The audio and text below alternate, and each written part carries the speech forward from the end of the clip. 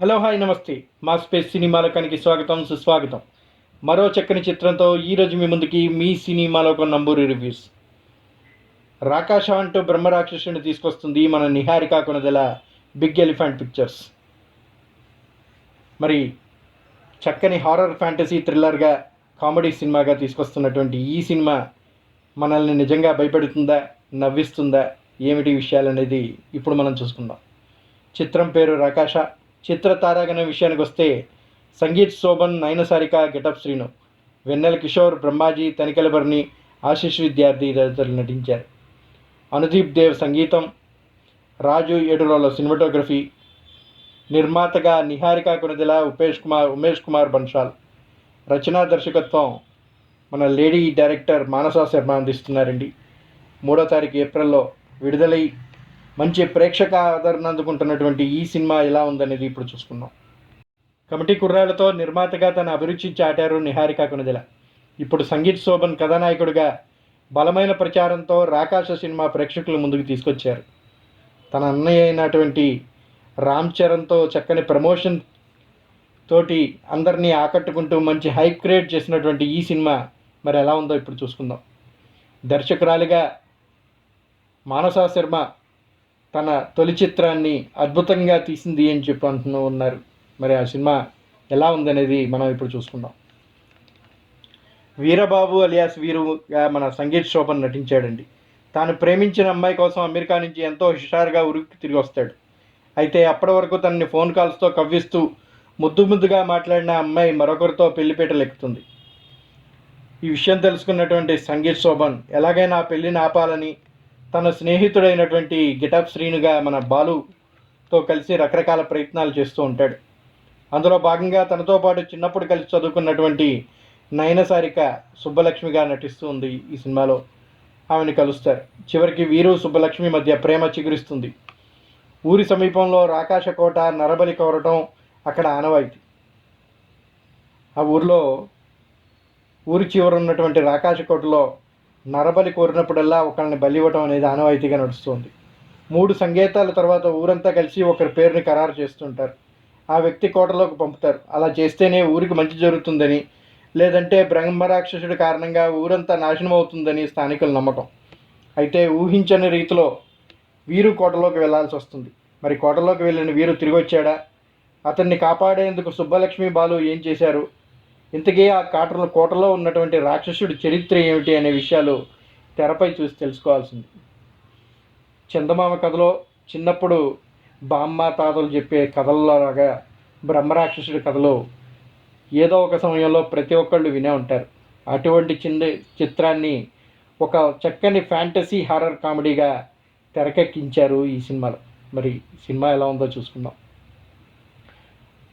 ఊరు చివరన పాడుబడ్డ ఒక కోట.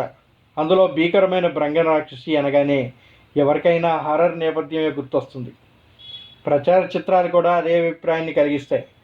కానీ ఈ సినిమా భయపెట్టడం కంటే కూడా ఫ్యాంటసీ ప్రపంచాన్ని ఆవిష్కరిస్తూ కథలో లీనం చేయడంపైనే ఎక్కువగా దృష్టి పెట్టింది దర్శకురాలు. హారర్ కామెడీతో కాకుండా ఫ్యాంటసీ కామెడీ కథగా దీన్ని తీర్చిదిద్దింది. థియేటర్కల్ అనుభూతి పెంచేలా సాగే కోట నేపథ్యంలో సన్నివేశాలు ద్వితీయార్థంలో కామెడీ సినిమాకి బలాన్ని చేకూర్చాయి. చిత్ర బృందం ప్రచార కార్యక్రమాల్లో చెప్పినట్టుగా సన్నివేశాలన్నీ చందమామ కథలా చిన్నారులకు నచ్చేలా ఉంటాయి. ఊరి కథ, 3 హెచ్చరికలు అంటూ సినిమా ఆసక్తికరంగా మొదలవుతుంది. ఈ మధ్య వచ్చిన కొన్ని మిస్టిక్ థ్రిల్ సినిమాలు గుర్తు చేస్తూ ప్రేక్షకుడిని కథలో లీనం చేస్తుంది. అమెరికా రిటర్న్గా సంతోష్ శోభన్ హంగామా, పెళ్లి చెడగొట్టేందుకు చేసే ప్రయత్నాలు కానీ, ఆ తర్వాత ఊర్లో చేసుకునే సంఘటనలు సినిమాలో పెద్దగా ప్రభావం చూపించవు. ద్వితీయార్థంలో హీరో కోటలోకి వెళ్ళినప్పటి నుంచి అసలు సినిమా మొదలైనట్టుగా అనిపిస్తూ ఉంటుంది. చక్కని ఆసక్తిని రేకెత్తిస్తూ ఉంటుంది. కోటని చూపించిన విధానం, తర్వాత ఏం జరుగుతుందనే ఆసక్తి రేకెత్తించే తీరు, రాక్షసుడి చరిత్ర, ప్రధాన పాత్రలు, చక్కని సినిమాటోగ్రఫీ భయపెడుతూనే నవ్వించడం సినిమాకి కలిసి వచ్చింది. ప్రేక్షకులు ఊహలకు అందని విధంగా పతాక సన్నివేశాలను మలిచారు. కొన్ని మలుపులు మెప్పిస్తాయి. ద్వితీయార్థం స్థాయిలు ప్రథమార్థం కూడా ప్రభావం చూపించి ఉంటే ఈ సినిమా ఫలితం వేరుగా ఉండేది. అద్భుతంగా చూపించినటువంటి ద్వితీయార్థాన్ని కొంచెం కష్టపడి ప్రథమార్థాన్ని కూడా మంచి ఉంటే సూపర్గా ఉండేది. మొత్తంగా అక్కడక్కడ నవ్విస్తూ భయపడుతూ సెలవుల్లో పిల్లల్ని ఆస్వాదించేందుకు తగ్గ సరికొత్త కాల్పనిక ప్రపంచాన్ని ఆవిష్కరించిన చిత్రం ఇది అని చెప్పచ్చు. కథా కథనం కామెడీ విషయాల్లో ఎక్కువ అంచనాలతో వెళ్తే మాత్రం నిరాశ తప్పదు. అయినా ఒక హర్రర్ సినిమా చూడటానికి కథను అంతగా చూడరండి, ఎఫెక్ట్స్ ఉంటే చాలు. అటువంటి ఎఫెక్ట్స్ బోల్డ్ ఉన్నాయి. చక్కని విఎఫ్ఎక్స్, అద్భుతంగా చూపించినటువంటి రాకాష్ కోట ప్రతి ఒక్కరిని ఆకట్టుకుంటుందనటంలో ఎటువంటి సందేశం లేదు. వీరు పాత్రలో సంగీత్ శోభన్ ఒదిగిపోయాడంటే నమ్మబుద్ధి కాదు. గెటప్ శ్రీను, వెన్నెల కిషోర్, నయన సారిక కలిసి చేసిన అల్లరి అంతా ఇంత కాదు. కామెడీలో బలం లేకపోయినా సరే తన నటనతో ఆ సన్నివేశాలపై ప్రభావం చూపించే ప్రయత్నం చేశారు వీళ్ళు. కథానాయిక నయన సారిక ప్రధాన పాత్రలో మెరిసింది. మంచి ప్రాధాన్యం పాత్రలోనే మెరిసింది. ముఖ్యంగా ద్వితీయార్థంలో కోట నేపథ్యంలో సన్నివేశాలు ఆమె మెయిన్ హైలైట్గా నిలుస్తుంది. వెన్నెల కిషోర్ పాత్ర పరిచయం తర్వాత సినిమాలో కామెడీ మోతాదు పెరుగుతుంది. బ్రహ్మాజీ, తనికెలబర్ని పాత్రలు సినిమాలో ప్రధానంగా కనిపిస్తాయి. ఆశిష్ విద్యార్థి, రోహన్ రాయ్ తదితరుల పాత్రలు పరిధి మేరకు నటించారు. చాలా సూపర్గా థియేటర్కల్ ఎక్స్పీరియన్స్ పనిచేసే సినిమాగా దీన్ని తెరకెక్కించారు. సాంకేతిక విషయానికి వస్తే కెమెరా, ప్రొడక్షన్ డిజైన్లు విభాగాలు అత్యుత్తమ పనితీరును కనిపించాయి. పాటలు, నేపథ్య సంగీతం కూడా సినిమాకి మరో హైలైట్. సినిమాని ఆసక్తికరంగా మలచడంలో విజయవంతమయ్యారు దర్శకురాలు. పతాక సన్నివేశాల్లోని భావోద్వేగ సన్నివేశాలపై ఒక మహిళా దర్శకురాలుగా మానస శర్మ అమోఘమైన ముద్ర కనిపిస్తుంది. నిర్మాణం చాలా ఉన్నతంగా ఉంది. బడ్జెట్ పరంగా పరిమితులు ఉన్న కథకు తగ్గ ప్రపంచాన్ని పక్కాగా ఆవిష్కరించి చిత్రాన్ని రూపొందించిన తీరు నిర్మాతల అభిరుచికి అద్దం పడుతుంది. ఫ్యాంటసీ అంశాలు, ద్వితీయార్థం, సంతోష్ శోభన్, వెన్నెల కిషోర్ నటన సినిమాకి ప్రధాన బలాలుగా నిలిచాయి. కొంచెం ప్రథమార్థం సాగతీత అనిపించడం, పెద్దగా ఆకట్టుకోకపోవడం వల్ల కొంచెం బలహీనత అనిపించినా సెకండ్ హాఫ్ కోసం సినిమా చూడొచ్చు అనే విధంగా ఉంది. చివరిగా బ్రహ్మరాక్షసుడు కోటలో అంతా రాకాష్ని చూస్తూ చక్కగా మెచ్చుకుంటున్నారు. సినిమా కథ విషయానికి వస్తే కొన్ని వేల సంవత్సరాల క్రితం రాకవరా అనే కుగ్రామం శాపానికి గురైన కారణంగా తరతరాలుగా ఊరిలో ఉన్న ఒక కోటలోని బ్రహ్మరాక్షసుడికి కొన్ని సంకేతాల రీత్యా నరం ఒక ప్రాణాన్ని బలిగా పంపుతూ వస్తారు. అలా కాలం ఇప్పుడు 2026 వరకు వస్తుంది. ఈ మోడర్న్ యుగంలో యుఎస్ నుంచి అప్పుడే తన ఊరిలోకి వచ్చిన వీరబాబు ఎలా ఈ బలి ఉచ్చులో ఇరుక్కున్నాడు, ఎవరి వల్ల ఇరుక్కున్నాడు, ఈ కోటలో తాను వెళ్ళిన తర్వాత ఏమైంది, బలి పంపకపోతే ఆ బ్రహ్మరాక్షసుడు వల్ల ఊరికి ఏమవుతుంది, అసలు రాక్షసుడు ఎలా వచ్చాడు, అతన్ని ఆపే మార్గం ఏంటి, చివరికి ఈ సమస్య ఎలా పరిష్కారం అయింది, వీరబాబు బయటికి వచ్చాడా లేదా అనేవి తెలియాలంటే సినిమాని పూర్తిగా అశాంతం చూడాలంటున్నారు మానస శర్మ. చక్కగా అందించినటువంటి ఈ సినిమా విషయంలో మొదటి నుంచి ఆడియన్స్కి ఎగ్జైట్ చేసిన అంశాలు కొన్ని ఉన్నాయి. సినిమా నిర్మాణ విలువలు, కామెడీ, హారర్ ఎలిమెంట్స్తో పాటుగా ఇందులో ఫ్యాంటసీ టచ్ లాంటివి ప్రధాన ఆకర్షణగా నిలిచాయి. అయితే ఈ విషయాల్లో సినిమా అంతగా నిరుత్సాహపరచదు అని చెప్పొచ్చు. ముఖ్యంగా సెకండ్ హాఫ్లో కథనం దర్శకురాలు బాగా డిజైన్ చేసుకున్నారు. కొన్ని లాజికల్ అంశాలు పక్కన పెడితే థ్రిల్ మూడ్లో కూడా మంచి ఫన్ని జనరేట్ చేస్తూ సాలిడ్ ఫన్ని సెకండ్ హాఫ్లో మెయింటైన్ చేస్తూ వెళ్ళటం ఇందులో ఇంప్రెస్ చేస్తుంది.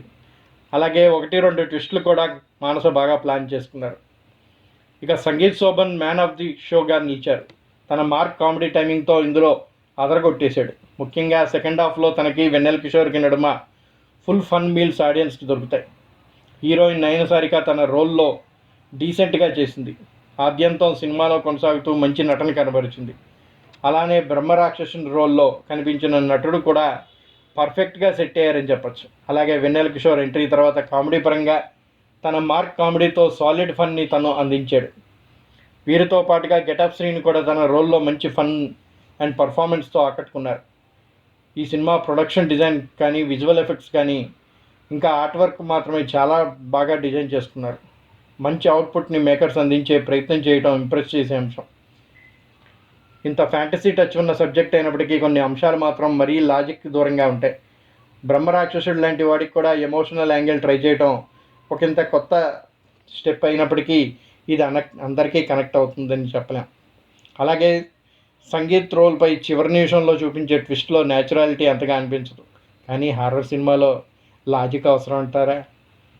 ఇంకా ఫస్ట్ హాఫ్ కథనం కూడా సోసోగానే అలాగే వెళ్ళిపోతుంది. ఇంకా సెకండ్ హాఫ్లో కొన్ని లాజిక్స్ అయితే మర్చిపోలేవు.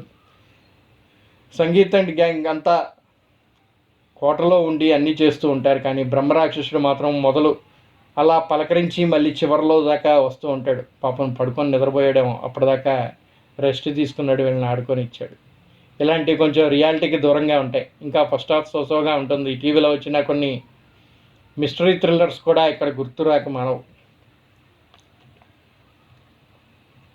ఇక దర్శకురాలు మానసీ శర్మ విషయానికి వస్తే, ఆమె డీసెంట్ డెబ్యూ ప్లాన్ చేసుకున్నారు, ఇంట్రెస్టింగ్గా లైన్ తీసుకున్నారు. అయితే ఇందులో కామెడీ ఇంకా హారర్ థ్రిల్స్ని బాగా ప్లాన్ చేసుకుంటే బాగుండేది.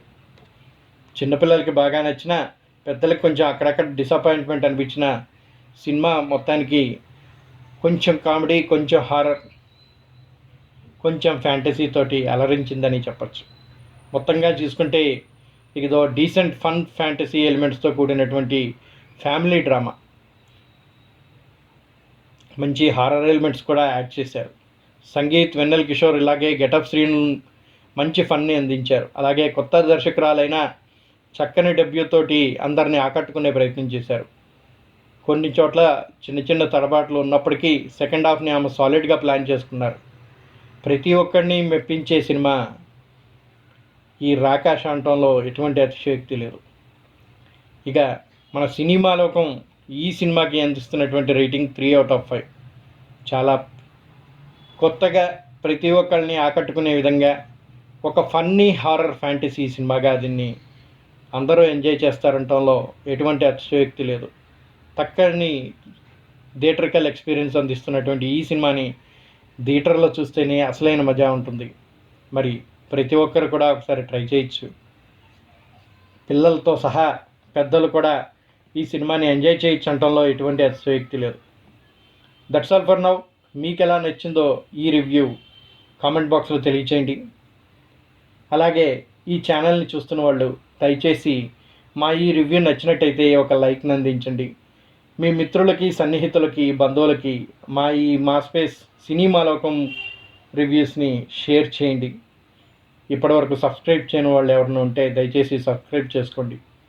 That's all for now. మరో చక్కని చిత్రంతో మళ్ళీ మీ ముందుకు వస్తాం. అప్పటిదాకా అందరూ ఎంజాయ్ చేయండి. జై హింద్, జై Bharat.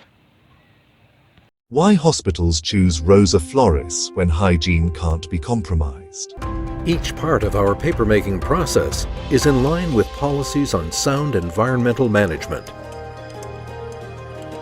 Subsequently, the logs are washed, cut into small pieces, and cooked in a digester.